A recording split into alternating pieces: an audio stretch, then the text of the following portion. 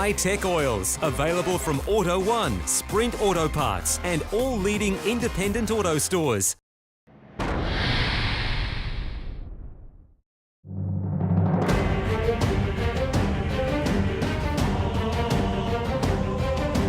top fuel car, everything happens a lot faster. The speed of the top fuel car and the way the track comes to you that fast, you've got to get your head around it. Most people are a bit of a gibbering idiot and say, oh, the ground was shaking. It's, yeah, we told you that, you know. We want to get back out there. As I said, the car's ready to go. And between my brother and my crew, I reckon we're a shot of winning every time we go out.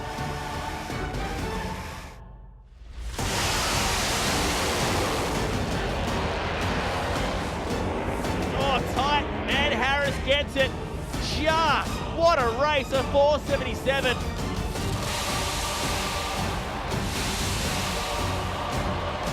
Let me smoke the tyres.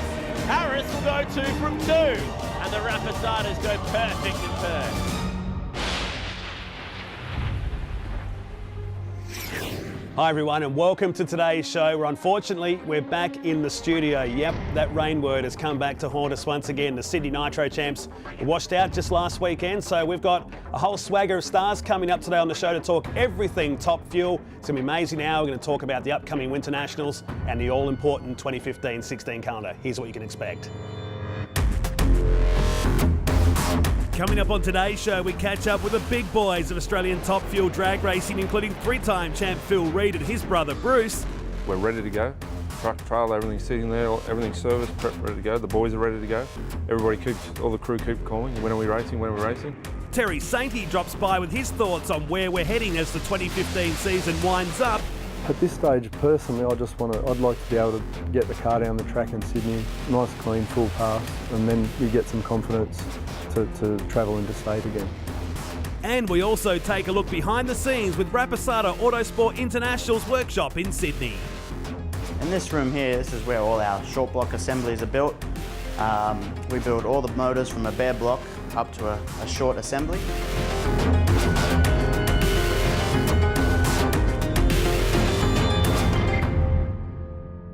Well, like I said, it is an action-packed hour here. Lots of stars, and we talk the awesome world of Top Fuel drag racing. And one of the big stars is alongside me here. They do it on their own from the family workshop here in Sydney. Is Terry Sainty. Welcome to the show. Thank you.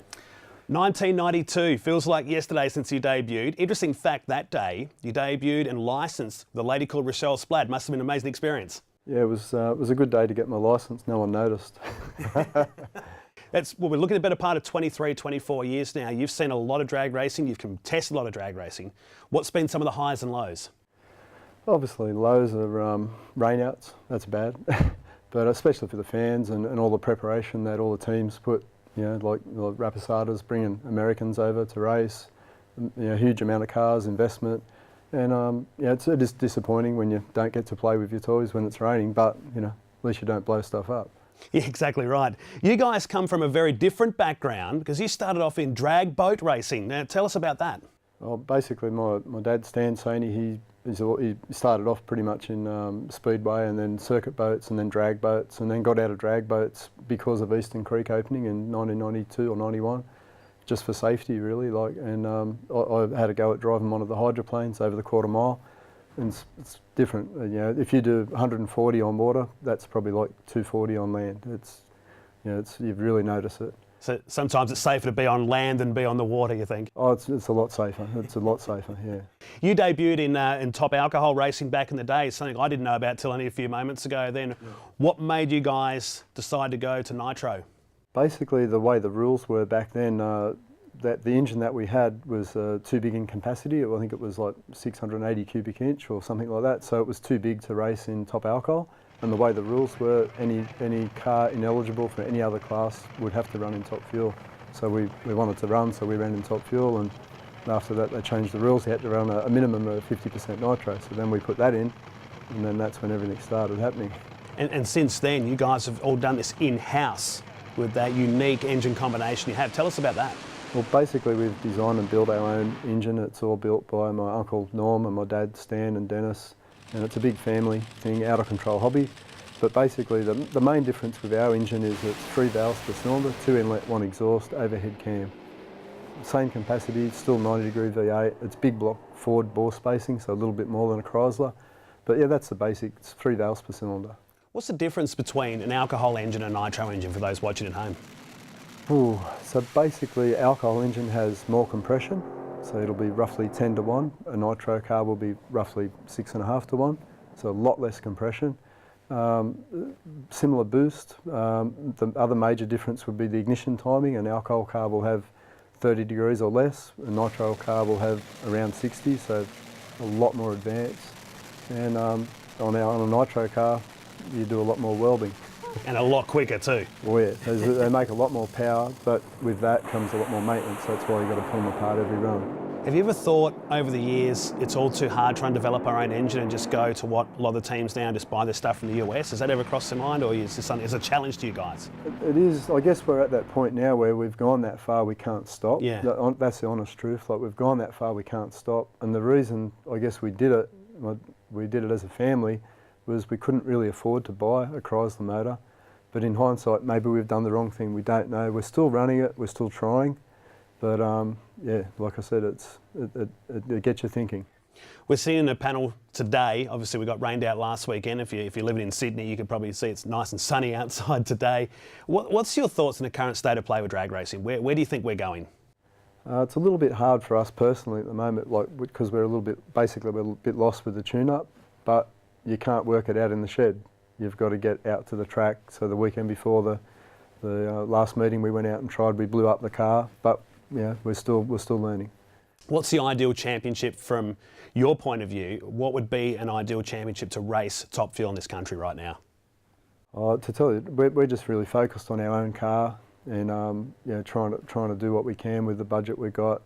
And we're also running the top alcohol car, which runs the same motor combination, different heads and whatnot. But we are learning a little bit out of that, but nothing that you can really relate to the nitro car, but it is in a way. You've had some experience over in the United States, but 2012 with the Rapisardas, that must have been an amazing experience for you. Yeah, that was a very generous opportunity that I was given by Sano on the boys, and I really enjoyed it, and that was something I'll never forget. Plans to go there again? No, not at this stage. No. Tell us about the first experience in Kansas, where if you haven't been to the USA, especially in the Midwest, it's very tornado prone. Take us through that experience. Yeah, I think at the time there was a big tornado at the Joplin, Missouri, and yeah, we were at the track and you could see the actual tornado starting to form, and then the sirens went off, and I sort of asked a few of the locals, so what do you do? They're like, so just don't go in a trailer because that could be sucked up. So really, it could suck a semi off the ground. Like they said, just grab a water pipe. And I looked around, I thought there's a lot more people than pipes. Follow the locals. Yeah, but it was interesting. Let's go back in time. You started in 1992, as I said earlier. When was the first time you come in touch with drag racing and you thought, this is what I want to do? Well, I think for me it's probably started with model boats. I had little model boats and they ran on nitro and methanol, and so I sort of then went from there to a street car, went to race at Oran Park, and I was racing Mum's old car. And then when Eastern Creek opened in '92, then we got an alcohol dragster. We bought it off Santa Rapisarda actually, and it got me thinking now. Yeah. It's an amazing sport to be involved in, and I've had the opportunity a million times now to stand on the start line during a top fuel event. But to someone at home who's never experienced it, what is it like when you're sitting in a top fuel car and you're about to launch? Well, if you're trying to get people from home to go there, watch a rock concert on television. It's not as good. You've got to be there. You've got to be there. And like, to give you an example, if you're on the start line, it's hard to put into words, but imagine being on the start line and you've got earmuffs on and the car takes off in front of you.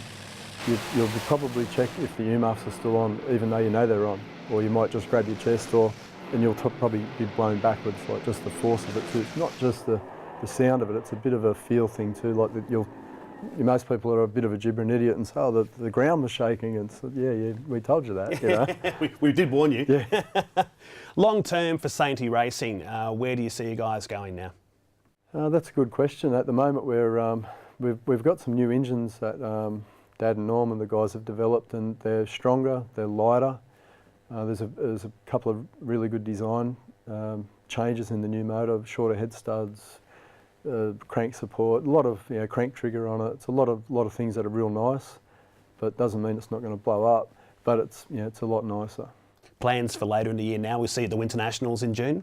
Not at this stage, no. Okay. 2015-16 calendar, how's that looking for you? Yeah, well, hopefully we'll have the new engines going. So we built a batch of them, and that'll help us because we're pretty much out of the old ones, and we need some fresh parts. And some of our blow-ups could be from component failure. But the other thing is, when you blow the head gaskets, these new motors have got H13 tool steel head studs. That'll clamp the head down a lot better. Shouldn't blow gaskets, hopefully. Hopefully. It's always, every time you get one of these cars, it's like, just hold on, isn't it? Oh yeah, it's hard to describe it. You hit the throttle, you don't really know what to expect. Some people ask, do you get butterflies?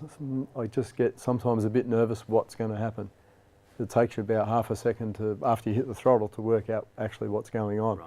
You're going left, right, up, down, you're on fire. Is it smoking? Is it shaking? And because we try and fix most of our stuff, if you hang onto the throttle too long, you just make more jobs. It's definitely not a straight line sport, is it? It's Sometimes. far from it. Let's talk about later on, championship-wise here. You guys have done a few rounds, hit and miss. We haven't seen you do the full championship. I mean, they cost a lot of money, top fuel cars, to go down the track at the best of times. I mean, what sort of budget would you need these days to run a team if you were to do an entire, say, 8 or 9 round championship? If everyone still worked for free, we'd probably need an injection of funds, somewhere around $150,000 to get the truck and trailer and the crew to all the rounds, and that'd be great. If there's someone out there that has some money that they want to get rid of and put their name on the car, that'd be fantastic. Do you have plans though, if you can get the budget up, or is it really now just an out of control hobby? At this stage, personally, I'd like to be able to get the car down the track in Sydney, nice, clean, full pass, and then you get some confidence to travel interstate again. It should be good. The Winter Nationals was good to you a couple of years ago up there, and unfortunately for you, you're not going to race there this year, but it's a track that's been good to you in the past. Yeah, Willowbank, I love racing at Willowbank. There's something about the track that they always make you feel welcome. The fans always come out and get involved at the track, and it's a good carnival atmosphere in the pits, even for kids. And since I've been, I remember years ago I went to the V8 supercars, and I wanted to have a sit in the car, and it was a feeling of nut. And then ever since then I thought, well, okay, kids, always put kids in the car. Absolutely, yeah. Worse than if someone says, what if they break something?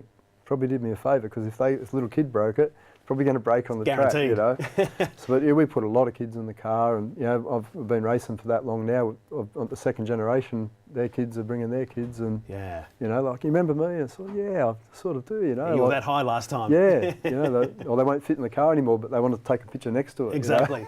Terry, we're going to have to wrap it up, but fantastic to have you on the panel today, and unfortunately we didn't get to see you go down the track at Sydney Dragway, but all the best for next year. Thank you. Terry Sainty on the show here, one of the many stars who got in Australian top fuel racing. We're off to a break, but after this we're going to talk to the boys from Rapisarda Autosport International. Stick around.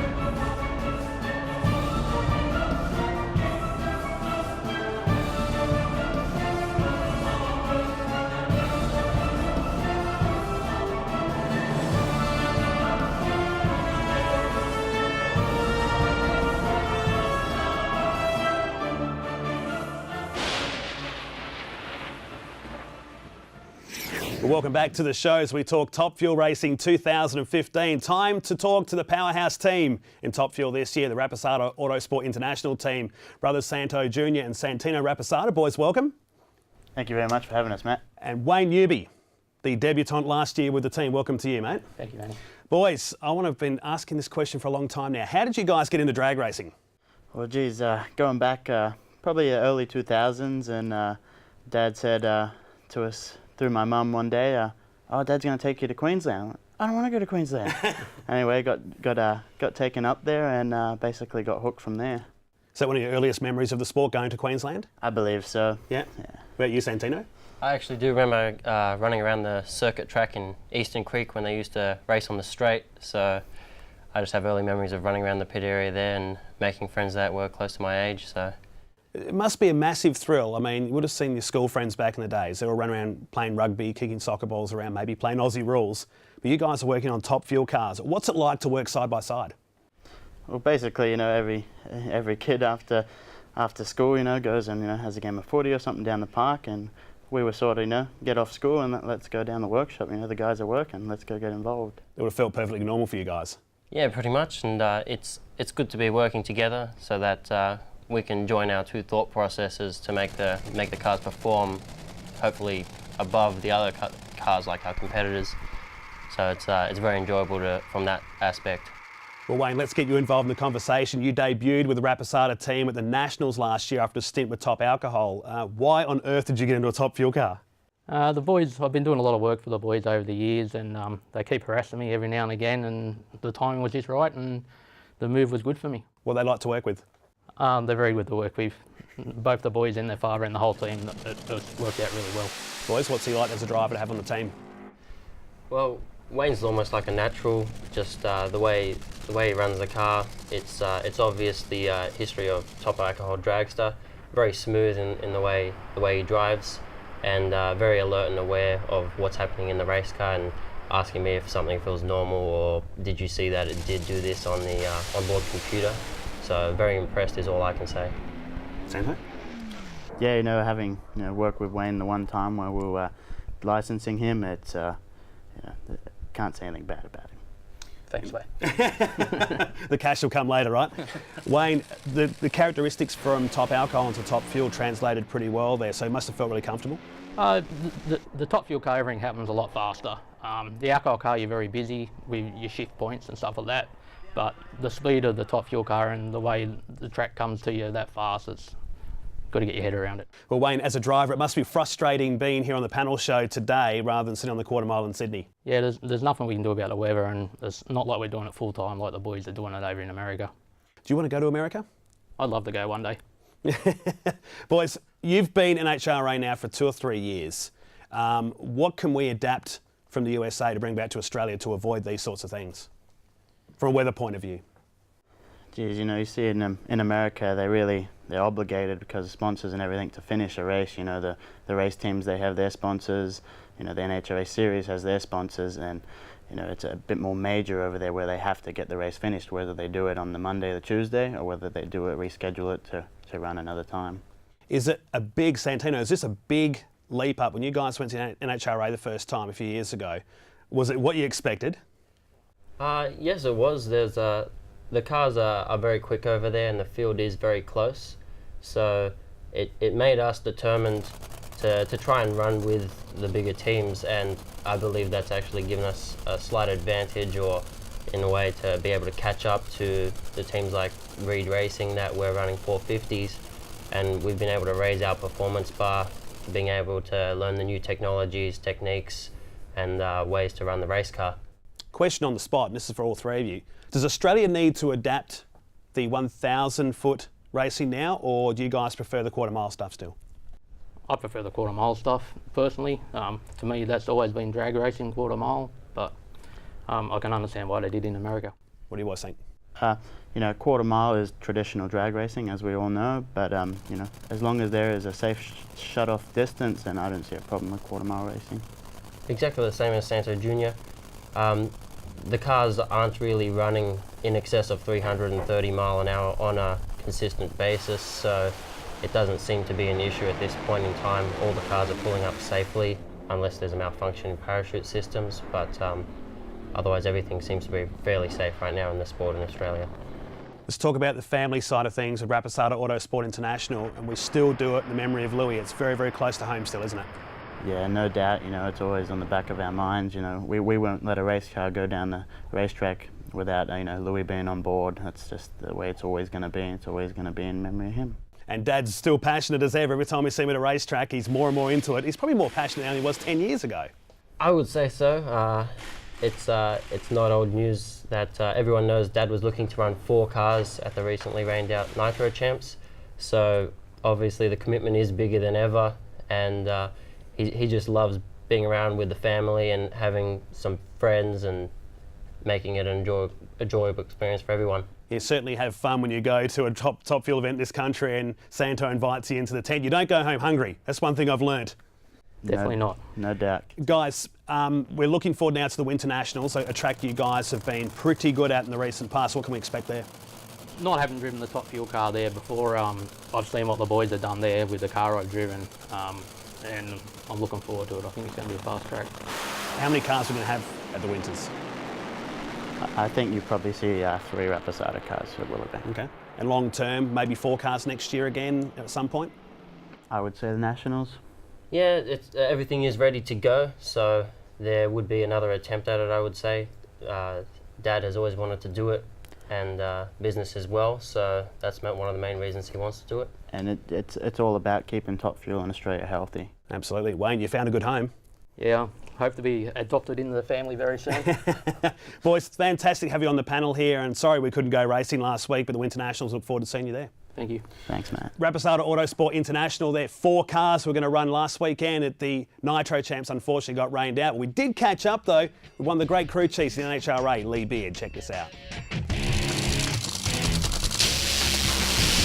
Well, the car's on a good run. Few sparklers out. This should be good. Something comes apart in the braking area, but a 454 with a 3. Ladies and gentlemen, he's on fire. I started as the crew chief in NHRA drag racing in 1980 with a team from Seattle, Washington, a guy named Jerry Ruth. And 35 years later, still involved in NHRA drag racing. Not so much as a crew chief anymore, but as a technical consultant to the sanctioning body. I did drive in the 1970s. I drove a Top Fuel dragster from 1976 until 1978, and then I drove a funny car in 78 and 79. I met Santo Rapisarda when I was the team manager at Don Schumacher Racing. Him and his boys were in the shop, and they were purchasing a car and some equipment. I actually came from an Italian family background, and Santo being Italian, the more I talked with him in that, we became close friends. He actually ended up buying a house in America just within walking distance from my house, and so we started going out to dinner, and the more I got to know him and his 2 boys, the more I realized that he had a special passion for the sport that was really unique as a father, as a team owner, as a racer. You have to admire a man that has been involved in racing and loses his son racing. I think most people would walk away from the sport and not look back and maybe see it as a black moment that they don't ever want to return to see. This man loses his son, and he continues to race because of his 2 other boys, and he wants them to be successful at it. And he does things not just for his own team, but for the overall sport here in Australia. The next time I came here was for the race at Willowbank that Santo sponsored, and I came here with Larry Dixon as the driver, and we put him in a car that Santo owned, and was very fortunate. Got to go out and actually set the Australian national record at 450, and we ran a nice speed of 332 miles an hour. Myself and Larry were the 2 people that Santo had hired to run his car in America. So we just brought the myself and Larry, and then a couple of other key team members with us here. I hadn't really seen anything like that before, where it spun a 360 circle and then ended up going straight down the racetrack. I guess the only thing close to that I'd ever seen was I was at the Indy 500 one year, and Danny Sullivan, who was driving for Roger Penske, spun a 360 and went on to win the race, and we had kind of compared it to that. Yes, I was amazed that he called me, because I hadn't been an active crew chief now for almost 2 years. And he called and said, "Lee, I'm thinking about running a 4th car. Would you be interested in coming down here and racing it for me?"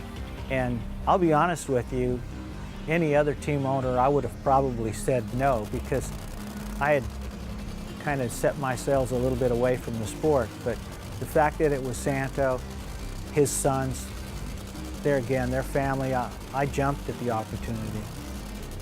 I think his 2 boys are extremely knowledgeable, extremely skilled, especially for their age and the experience that they have. They're very good.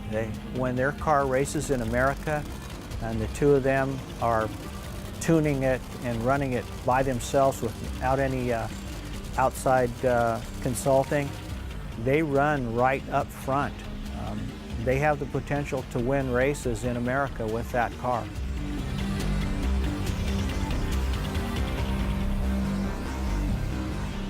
Gee, it's a great insight into the life of Lee Beard there and demands of racing in NHRA. Great to have him in Australia, but what a disappointment it was we didn't get to see him in action last weekend at the Nitro Chance. And hopefully we'll see him later on this season at ANDRA Drag Racing.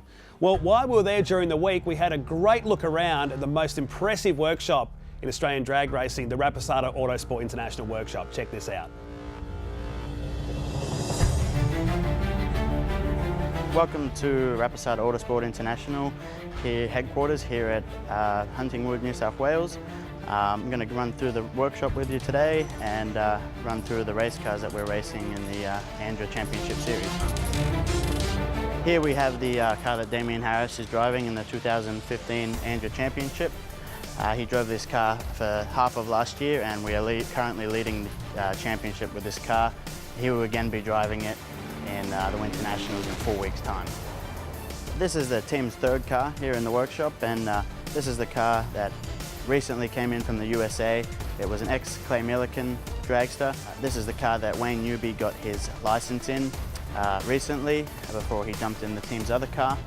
This is a current NHRA spec race car, which we could actually take it back over there and put it right on the NHRA circuit.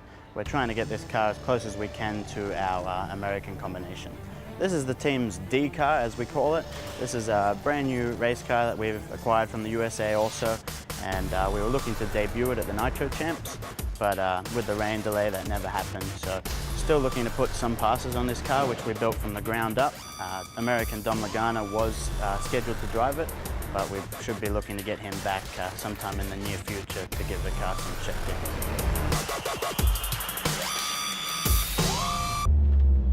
This is the team's A car. This car actually has a lot of history. This is the car that Larry Dixon ran 4.503 and set the national record in 2013. It's also the car that he did a 360 turn at Willowbank Raceway. My brother Santino tunes this race car, and this is the car that Dobson drove to the 2014 championship runner-up. Wayne Newby is currently driving this car. As I mentioned before, low ET, 4.503 at 332 miles an hour.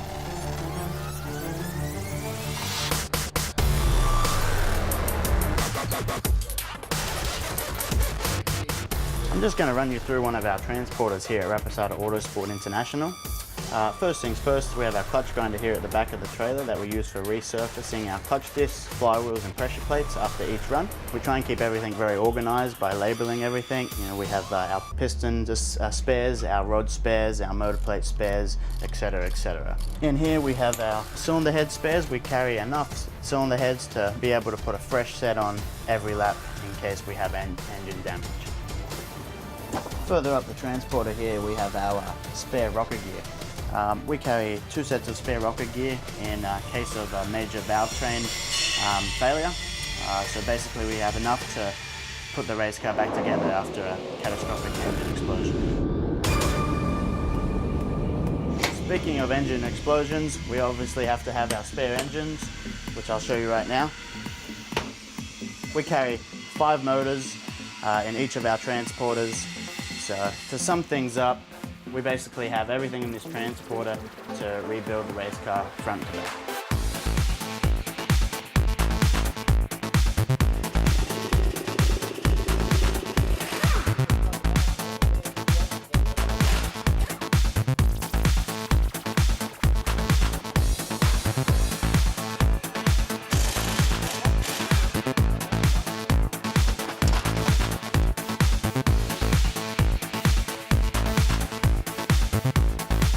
This room here, this is where all our short block assemblies are built.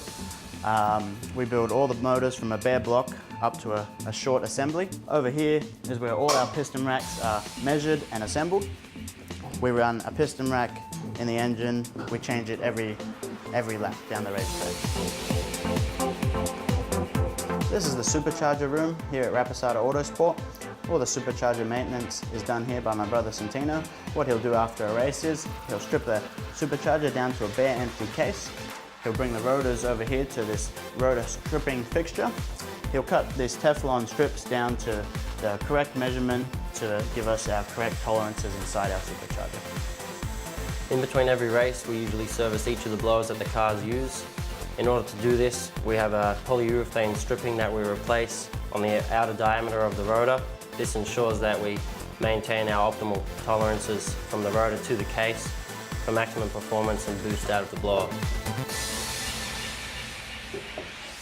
In here is where we do all our clutch pack setup and clutch maintenance. Over here we have all of our resurfaced clutch plates. As I showed you the clutch grinder in the transporter before, we will measure all our clutch plates after they are resurfaced and then inventory them before making our clutch packs. Over this side, we have our pressure plate setup bench. We go through and we make sure all our individual fingers are lifting at the right specification to which we run the race car.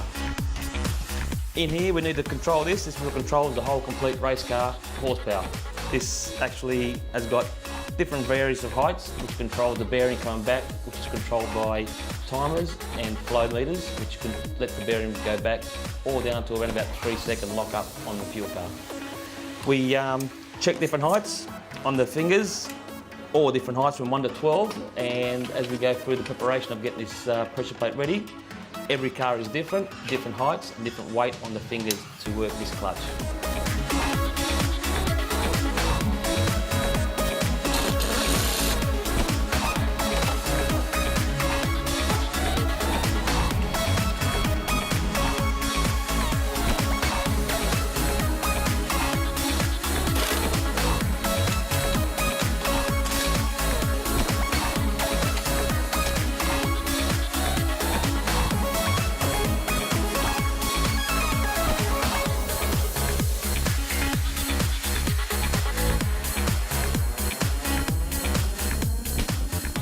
Well, what a magnificent workshop they've got down there in Western Sydney, the Rapisarda Autosport International team down there. And a big thanks to the boys for letting us down there and go crazy with our cameras. Don't go anywhere, because right after the break, we're going to catch up with the Reed boys, Bruce and Phil, and we continue our countdown this ANDRA Drag Racing Series season.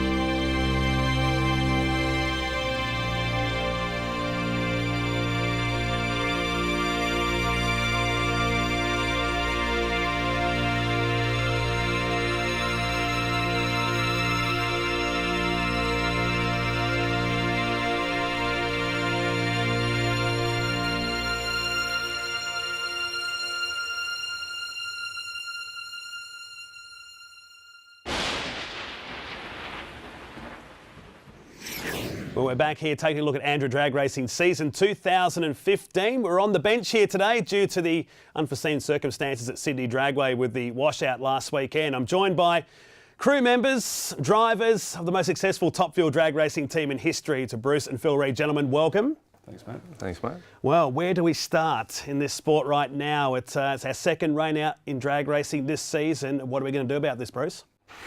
Stop doing the rain dance, I guess.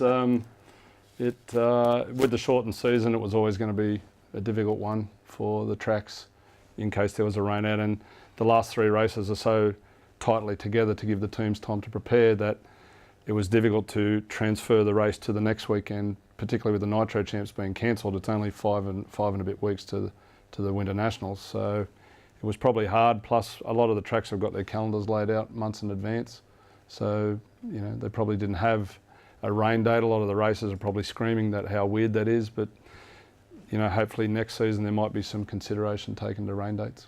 Phil, what's your thoughts on it? It doesn't affect us because unfortunately we're not racing at the moment. But yeah, I honestly think they should have postponed it. I'm a different view. Everybody has their own views, but you can't just cancel a round of a national series. Otherwise, you may as well just run race meetings and not have a national series. That's the second one that's been cancelled. Hopefully, the Winter Nationals will go ahead, like uninterrupted. But yeah.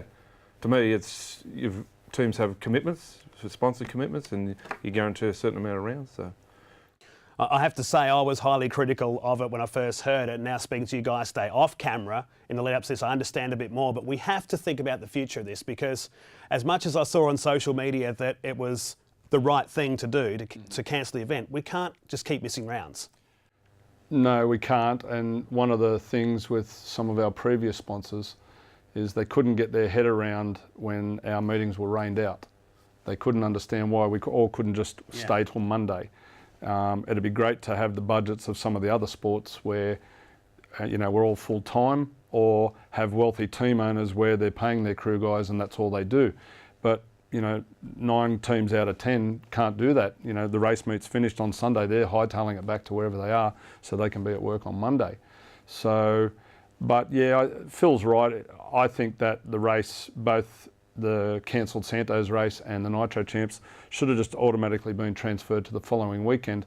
I get that the venues have got to take bookings for those weekends, so they can't leave them free, because then if the meeting goes ahead, they miss an opportunity to bring in revenue the following weekend. So it's a bit of give and take, and the financial state of the sport at the moment is as such as that I don't believe the tracks can take that risk. So it's either that weekend or it's not at all. And we're not all going to hang around till Monday. So it's difficult. All right, let's talk about racing, because that's what we're here to do. We haven't seen you guys since last year at the Winter Nationals. What's the short-term future for Jim Reid Racing? Short-term future is currently, as you know, we've got a lot of good sponsors, but they're mainly only product supply sponsors, so we need more corporate backing. We're ready to go. Truck, trailer, everything's sitting there, everything's serviced, prep, ready to go. The boys are ready to go. All the crew keep calling, when are we racing, when are we racing? We'd love to do the Winter Nationals, we just need more corporate backing. I can't see that happening between now and June, but we're working on a few things, but unfortunately, again, with the rain out and things like that, it's getting it across the line, and we're up against tough opposition. There's a lot of other sports out there that are vying for the same corporate dollars what we are, and you know, I mean, we are the most successful top fuel team ever in the country, but that doesn't bring in the corporate dollars. You've got to firstly give them return on investment. And you guys have been at the forefront of finding big sponsors over the years. Bruce, you're behind this new company with a few other drivers right now, Top Fuel Australia, trying to get a whole group together. Explain how that's all going to work. Well, TFA was brought together back, I think it was about 2012. The 9 top fuel teams that were active at the time formed a company called Top Fuel Australia, so that ANDRA and the tracks would have a single point of contact. In the first year, we employed a guy full-time to find a sponsorship, but after the AFL, the NBL, the NRL, and then throw in V8 supercars, there's nothing left. I mean, the corporate sponge is sucked dry, and you know, we're in the middle of a transition period since the golden era of, you know, the early, say, 2007 through to about 2010. There's been a few rumblings in the sport. The sponsors know that.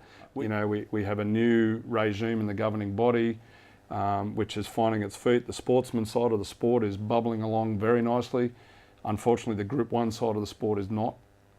And Group 1 is what the major sponsors are interested in. And to be fair, with the cancelled races and the shortened season and last year's kind of downslide in some of the events, the interest isn't there to come and support us. What you do about that is going to take smarter brains than us. But we just banded together to give the tracks and ANDRA a single point of contact. It's been very good. Our first year we brought in subsidies where we assisted teams to get to the tracks, so that if a sponsor did come to the track, they would see 8 top fuel cars. I mean, we're not the most reliable class, but when we are reliable, we're what the people come to see. We do have to rely upon some of our other Group 1 friends to sometimes provide the show when we trip, but everybody trips.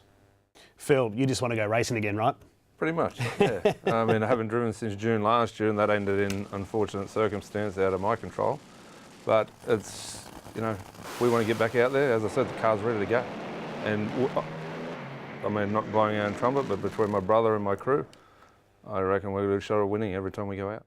I think we need to see Jim Reed Racing back in the sport of drag racing. As you guys know, I've always banged on about the history, and losing iconic names like that just doesn't sit in the sport. Guys, I want to talk to you about your first memories of drag racing. I'm going to dig right back in time. I'll start with you, Phil. Your first memories of going drag racing. Well, I was only talking to somebody last meeting out at Sydney. If you can imagine having a play area with a cage fence with a lock gate from the outside where you put all your kids in, that's my first memory of being pushed in there when I was about 5 years old with people like Jana Rapisarda, Louis Rapisarda, and we'd all play on the swings and the slippery dip, and you'd hear, hey, your dad's running. We'd all go over and hang onto the fence because we couldn't get out, and because there was a shot bowl on the outside. Things like that, and you know, just filling Coke cans full of dirt and running beside guys like John Armour, Dean Oakey, just all growing up as kids and just playing around in the dirt. And because back then you didn't have to worry about, you know, kid snatches and stuff like that. It was like you get to the racetrack, Dad would tell you, come back at 5 o'clock. So you'd wander off through the pit area and know everybody else. What about you, Bruce? Yeah, probably the early days at Castlereagh, you know, 40-degree fly-blown days out in Western Sydney. A strip of asphalt, two guardrails. The side of the track back then used to have pea gravel about 3 metres to the guardrail. Like Phil said, they had the kids area where, you know, the parents could chuck their kids. The early days at Surfers Paradise, and then just to underline how old I am, you know, going to Adelaide, going to Heathcote Park, going to Tailem Bend, to the opening of Tailem Bend with Dad when we match raced Larry Ormsby. The later days of Calder Park back when in the 90s when, you know, drag racing was massive in Melbourne. We went to Tarmac Raceway one time. We never raced in Darwin. We raced in Townsville a few times, but yeah, Heathcote Park. Gosh, I'm trying to think where else. And there's so many names you've just reeled up right now of places that had racetracks, and how do we get these tracks back online? I mean, Swan Hill's been talked about and is now actually being built. It looks like it's going to be probably our next big track. Well, Heathcote Park's still there, but it's operated outside the governing body, and that's fine. The facilities probably aren't conducive for top fuel. Probably wouldn't take much to bring it up to thing, but I mean, it is effectively in the middle of nowhere out near Bendigo. Surfers Paradise is gone. Tailem Bend is sort of not being reconstructed. Adelaide, oh gosh, I mean, we race at Adelaide. It's not ideal for top fuel, but it's important that we're back there. Yeah. And you know, the guys down there that run the drag racing down there have brought drag racing back to Adelaide, so that's great. But the earliest days are probably Castlereagh and Surfers Paradise when we were kids. Well, let's forget the reminiscing for now and talk about the calendar for next year, because we've got 7 rounds of the championship. Let's talk about that. TFA has been working with the promoters and with ANDRA. Because the cost of things is so high, and our class, you know, our members, there's 9 members, and 4 of them are successful businessmen in their own right, and the rest of us are hardworking. And to be fair, and our team included, some of us, we don't have a budget to race super sedans. We've got the infrastructure, but we don't actually have the budget, and we need corporate support.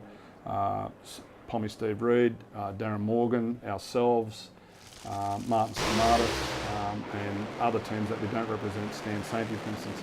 We just don't have that corporate support where we would love to be out there, you know, jousting swords with the Lamatunas and the Rapisardas and Peter Shapiris from Premier Racing and those guys, and also Mark Sheen with his new canopy car. So it's the calendar. We tried to encourage the tracks to either run less events or shorter events. Sure.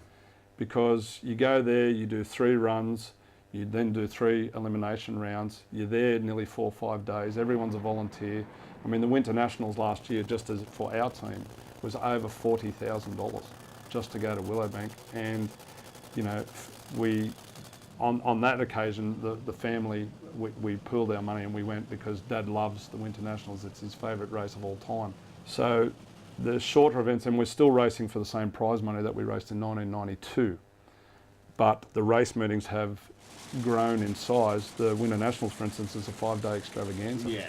1 run on one day, 2 runs the next day, and then 3 runs of eliminations. I mean, it's a long weekend. It's a great weekend, but it's a long weekend.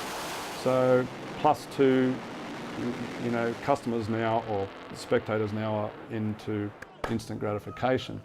So we've suggested, and Willowbank took it on board for the Santos race, which unfortunately got cancelled, is to have a 1-day event. Yeah. Every car runs 3 times. Through a point system, there's a winner and a runner-up, but the crowd gets to see, if there's 8 cars on the property, they get to see 8 cars 3 times, and everyone goes home happy. But it's a short, sharp show, 6, 8 and 10. I mean, drag racing was built on the short, sharp Saturday night shows. And sometimes in order to go forward, you might just have to go back a little bit. And, you know, yeah, we're all hurting. Some guys, like if we know Santo, for instance, he'd race every day. Yeah, exactly. But he's lucky to be in that position where he could do that. And he's got enough cars, he'd probably race himself. But we just need to bring the show a little bit tighter for the guy on the hill, because the days of sitting on the hill for 8 or 9 hours in 40-degree heat, people don't want to do that anymore. They'll go to the shopping centre or the movies or the local club where it's air conditioned. Yeah, exactly right. So it's a bit of a balance, and the tracks have also got to have the opportunity to make money from that. So, but TFA and Top Fuel in particular, through the generosity of some of the guys in Top Fuel, we've been subsidising our own prize money at a few events. And again, that's unsustainable. You can't keep doing that forever. Well, you can't, because there's some sentiment that the tracks don't deserve us for free, because Top Fuel brings the people. So the tracks don't deserve us for free. So why should we be bringing our cars and bringing our money? Yeah. So it's, you know, it's a juggling act. There's lots to think about here, but let's check out the calendar for next year, because we're staying in Adelaide at the Spring Nationals later this year. We head across to Sydney, then across to Perth, the annual pilgrimage over there for 2 rounds, and working our way back across the nation for the 7-round championship. Check out andra.com.au. Boys, we're going to have to finish it up right there, but thanks for joining us, and hopefully we'll see Jim Reed Racing back in the fold very soon. Thanks, mate. Bruce Reed and Phil Reed there. Big thanks to our special guests too from Rapisarda Autosport International. As I said, andra.com.au for all information. Until next time, it's bye for now.